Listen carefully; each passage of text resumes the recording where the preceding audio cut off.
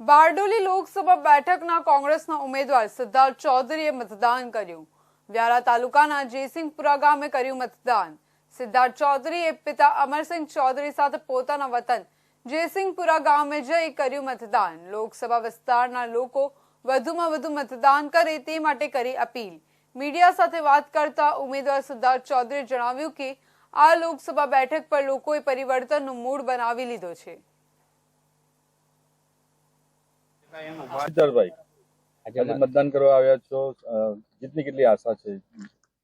છેલ્લા 45 દિવસથી આજે લોકતંત્રનું પર્વ ચાલી રહ્યું છે અને સમગ્ર વિસ્તારમાં ફરતા જે રીતે લોકોનો પ્રતિસાદ મળ્યો છે, લોકોનો પ્રેમ મળ્યો છે, આવકાર મળ્યો છે, એ જોતા હું ચોક્કસપણે માનું છું કે આ ચૂંટણીમાં પ્રજાએ, મતદારોએ પરિવર્તનનું મન બનાવી લીધું છે અને પરિવર્તન ચોક્કસ થશે અને થશે જ। લોકોને શું કહેવા માંગો છો?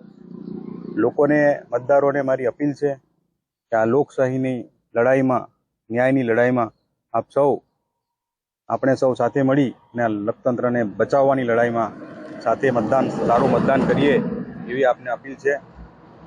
કેટલી લીડ કરીને ગરમીનો માહોલ છે, મતદારોને કઈ રીતના બહાર કાઢવામાં?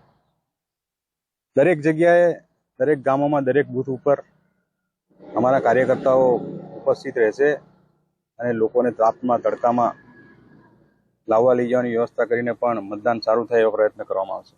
જીતની લીડની કેટલી આશા? એ આંકડો અમે તમને